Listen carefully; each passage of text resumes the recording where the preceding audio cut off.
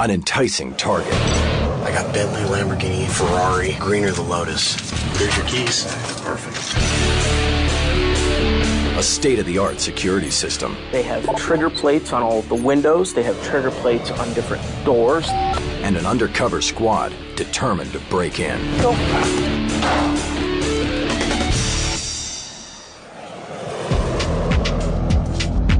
In the military, the elite forces used to test defenses are known as Tiger Teams. In the civilian world, there is only one Tiger Team. Their job is to crack the world's most sophisticated security systems and defeat criminals at their own game. My name is Chris Nickerson. I run the team. My specialties are the manipulation of people, manipulation of situations. My name is Luke McComey. My job is breaking into computer systems. My name is Ryan Jones. My role is in charge of physical security. People hire us because they have no idea what they're vulnerable to. Compared to anyone else in the world who does this type of work, hands down, we're the best. Tiger Team's newest client is Symbolic Motors in La Jolla, California, one of the most exclusive car dealerships in the country. The two-story building is a virtual fortress, armed with some of the most advanced security features money can buy. I think our facility is very secure. We've spent quite a bit of money trying to make it so we hope it's secure. But to be sure, he hires the Tiger Team to put the dealership to the ultimate test. With millions in Lotuses, Ferraris, and Lamborghinis sitting out on the showroom floor, Symbolic Motors is a tempting target for high-tech car thieves. We're 50 miles from the border, so there's a good chance that if somebody takes a car, they're going to be gone. We're never going to see it again. Should I notify my alarm company that something's going to be happening, or the police or anything? No, I would say keep it completely natural. No one but Peterson, the manager of Symbolic Motors, knows the team has been hired, and even he won't know when they plan to strike. Basically, I've given these guys the green light to come in and rob us sometime in the next 2 to 3 weeks. I'm the only one that knows. None of the employees know, which is kind of scary. 1 week later, the team arrives in La Jolla. They have just 2 days to plan and execute a break-in at the dealership. Their ultimate goal? To drive away in a stolen car. The first phase of any of our missions, reconnaissance, learning about the client. We have to be able to understand the target in order to know how to attack it. So Ryan, could you key up on Simplex? Big one, small one. The most critical part of the recon mission is to find a possible entry point. Come on, let's get to work. Depending on what the job is and how we're going to attack them, whether it's a physical or electronic attack, there's multiple different points of entry. One area of attack physically are doors, windows, skylights, sunroofs, or just purely smash through it. That's our target right there. All right, let's go up here and find somewhere to park.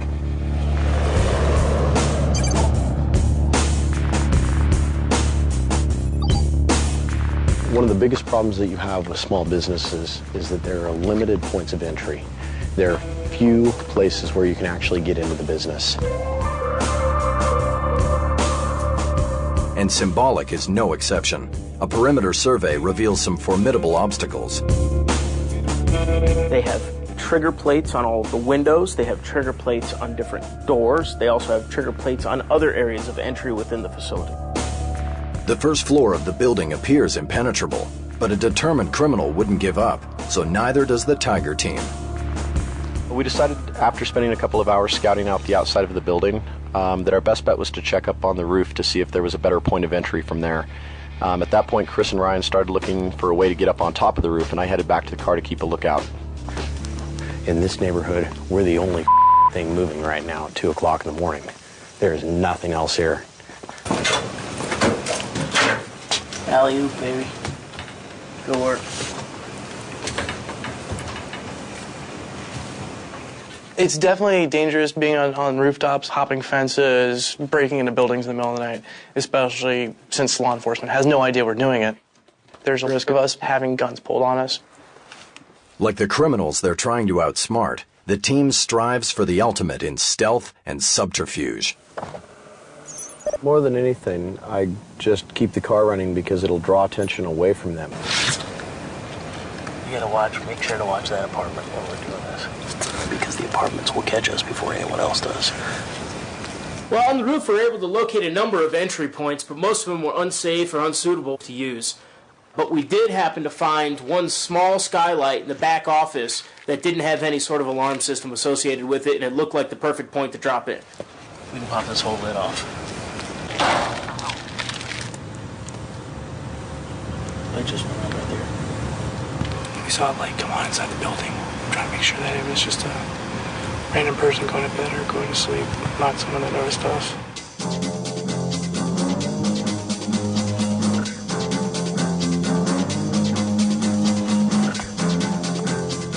Once we got down from the roof, we had realized we hadn't been detected, so Chris and I made one last stop. Oh, it's gross.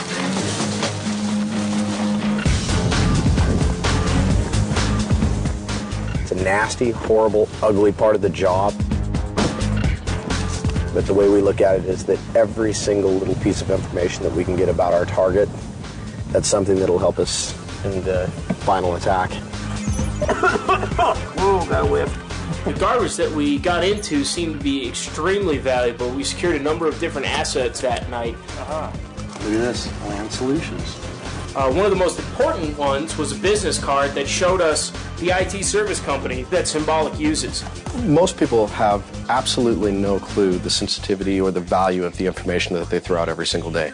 For instance, we found that one business card in the trash that was the computer company that's recently been helping the business with their computer systems. It's this vital clue that could unlock the next phase of the operation. Dude, somebody better not be puking, because I will hit them. Coming up, Tea time. Chris infiltrates the dealership in broad daylight. And later, a daring nighttime break-in. Another cop. Tiger Team is on a mission to defeat Symbolic Motors' sophisticated security system. They've already done reconnaissance from the outside. Now it's time for Phase 2, gathering intel on the car dealership's inner workings. What we're doing today is we're going to go to the dealership and I'm going to pose as a potential buyer. I'll be able to look at all their security measures from the inside while taking some photos using this lighter cam. Team leader Chris Nickerson has devised a creative con. Tea time.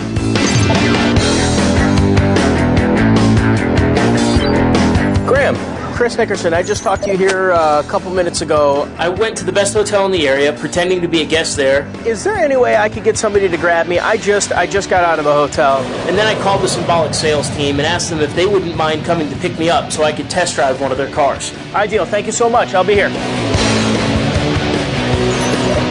A few minutes later, they came right to my door in a fresh Lamborghini Murcielago. Worked like a charm. While Chris tries to photograph the dealership's security setup with his hidden camera, computer expert Luke McComey will attempt to gain access to the dealership's upstairs offices by posing as an employee of an IT service company. This is Luke McComey from Alternative Technology. I'm the guy that's coming down to work on your computer today. One of the biggest ways that we're able to gain access to places is because there's an implied trust that companies have with their contracting staff. I'm just having a hard time finding your location. What's your address? As long as it's something to where we have been able to create some level of communication before we're on site, it'll make it to where they're going to believe that we're supposed to be there. Now they're expecting me, so I can walk in and do what I need to do and there shouldn't be any issue. No one at the dealership even asks for an ID. They walked me right into the server room. They let me right into where everything was at. The first thing I did was plant a small wireless camera in the room so that we could have a video record of what I'm doing while I'm on site. So I'm sitting in next to the server. I've got them trying to get me a password for the server right now so I can log in. The plan was for me to tap into the secure network and add an additional access point that would allow Ryan to access the server remotely from the surveillance car we had across the street. Once Ryan has remote access to the computer system, he'll be able to erase the VIN numbers of Symbolic's entire fleet. Without that critical identification, any car stolen from here would be untraceable. This is Ryan. Keep in mind that it's about 5:05, so you have about 30 minutes more. But unexpectedly, Luke hits a major snag. I can't pull data like I'd like to from the big hard drive they have here. because they don't have a cable laying around. The VIN numbers are stored on an external hard drive that's not connected to a computer, and Luke can't find the cable he needs to make the hookup. I bug you for a second? What's the deal on the green one? As Luke scrambles for a solution, Chris is busy gathering intelligence in the showroom. I was in the showroom for 45 minutes tops. While I was at the dealership looking at cars, I was also shooting surveillance photos. What I was shooting was pictures of the security cameras, pictures of where motion sensors were, as well as the ways to enter and exit the facility. I was trying to get a layout of what the building looked like. Basically, everything I did after that, you know, the test drive, the sales stuff, all of that, it was just a cover so that no one would get suspicious. Meanwhile, with the clock ticking down before the offices close, Luke is still trying to find a way to connect the external hard drive to the office computer. Wait a minute, I have an idea. Just in the nick of time, he comes up with a makeshift solution. I just found a cable on a printer. Somebody used the printer cable. Awesome. Are you there? I'm here. You'll have to assign yourself an address in the 192.168 namespace. All right, I got it. As Ryan begins erasing the VIN numbers off the dealership's hard drive, Luke attempts the critical last phase of his plan. One of the most important things that we needed to know was how to disarm Symbolic's alarm system. I'm going to go place a hidden camera right over near where the keypad is at. On the way out, I planted a small wireless camera next to the alarm keypad so that we could watch it remotely from the hotel. Luke, let's go ahead and get out of here.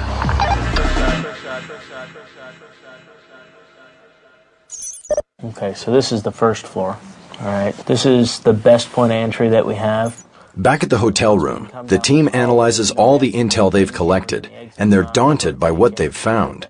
Symbolic's security system is more complicated than they had originally anticipated. The problem with the business that we're going after tonight is that they potentially have 10 or 20 hidden cameras scattered throughout the business, and it'll make it to where it's going to be very difficult for us to be able to hide ourselves from view of the cameras. This is where the keys are, in this corner.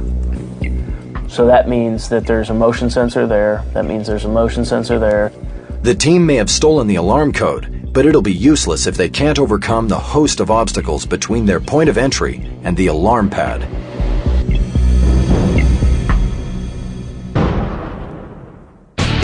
Coming up, the team faces unexpected challenges as they attempt their daring late-night break-in.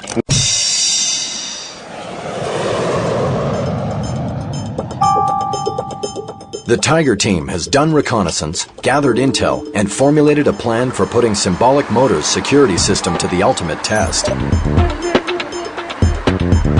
Now, finally, it's time for Phase 4, the heist. Ryan, are you there? Are you able to hear me? All good. I have seen one cop in the area that drove by the alley. Okay. Thanks for the help. Right on.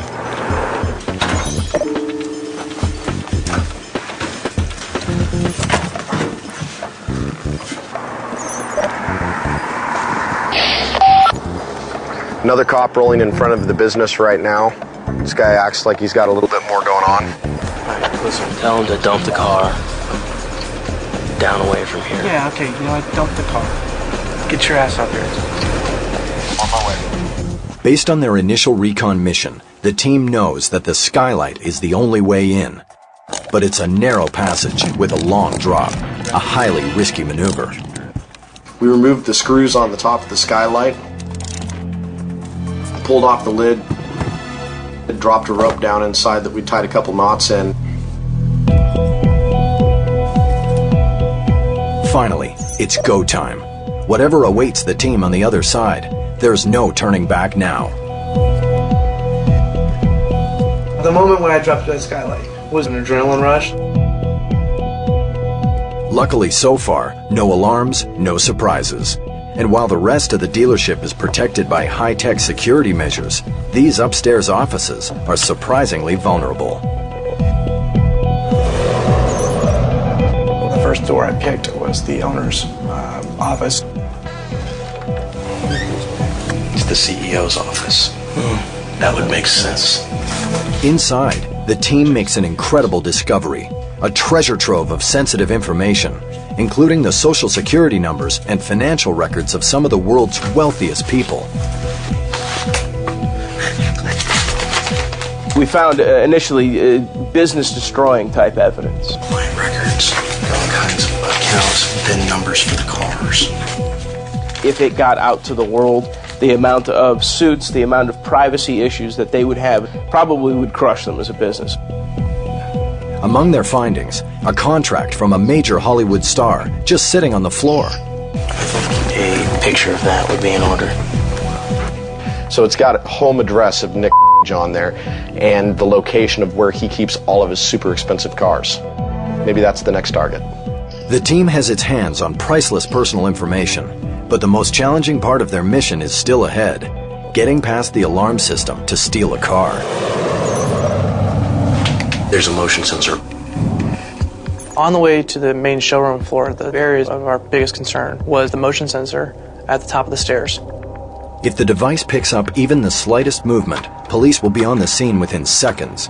But then, Luke makes an incredible observation about the sensor's positioning. I was able to tell that it was aimed too high. It couldn't see down the stairwell. Based on his calculations, Luke should have at least 2 feet of room. But to be safe, he does everything in super slow motion. A difficult task when your heart is pounding a mile a minute. Having to move so exceptionally slow that a piece of equipment isn't triggering gets scary.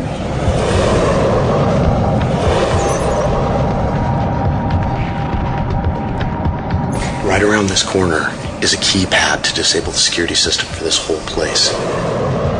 We already have the code because we captured it on film, so let's just get it disabled. Ready to arm. We took it out.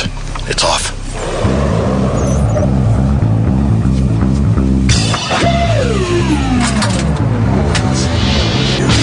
This is the main showroom. These are only keys for the main showroom. I got Bentley, Lamborghini, Ferrari, green or the Lotus. Here's your keys. And to ensure a clean getaway, Luke removes the final piece of evidence that they were ever in the dealership. All the video of us doing anything bad right here. What we decided to do was open up the front showroom doors. Ryan picked through those. The car that I test drove yesterday was in between those 2 doors.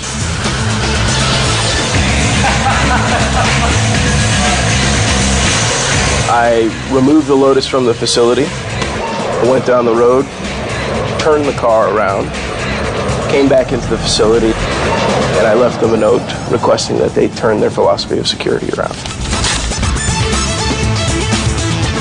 When you're done and you've actually finished the job, the feeling that you get, knowing that you were able to get past their security, knowing that you were able to do something that they didn't think you were going to be able to do, it's just amazing. We didn't steal every car there, but what we did do was let them know that we could.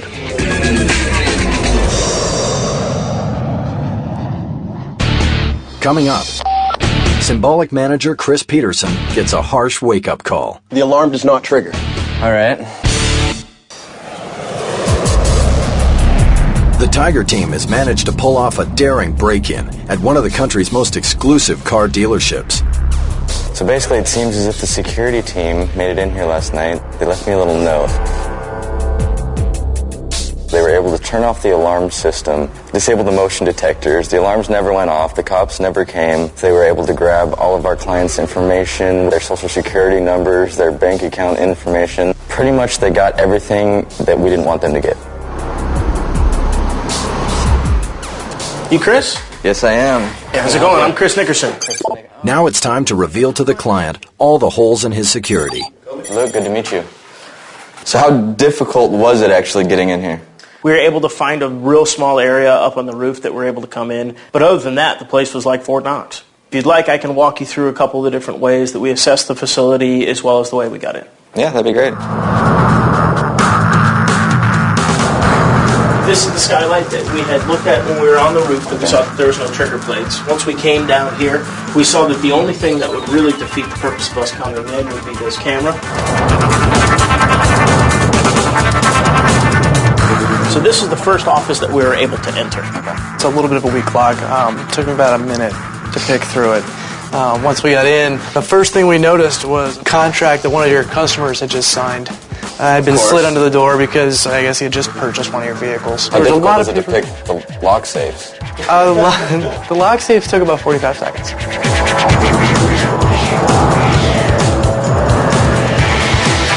One of the things that I noticed when I came in and I was acting as a PC tech is that if you watch the test light, right about here is when you'll first see the red light come on. So we knew that we had 2 to 3 feet of space. So you'll notice that as long as I stay really low to the floor, the alarm does not trigger. All right. So if they'd put like a wedge behind it and tilt it down, you'd still be able to get all of this area, but you'd also be able to cover these stairwells too. I was just completely baffled by how they got in. I mean, it's crazy to me. Well, I guess thank you for robbing me. It's what we do. We're definitely going to implement the changes. See you later. See ya. Have a good one. Take care.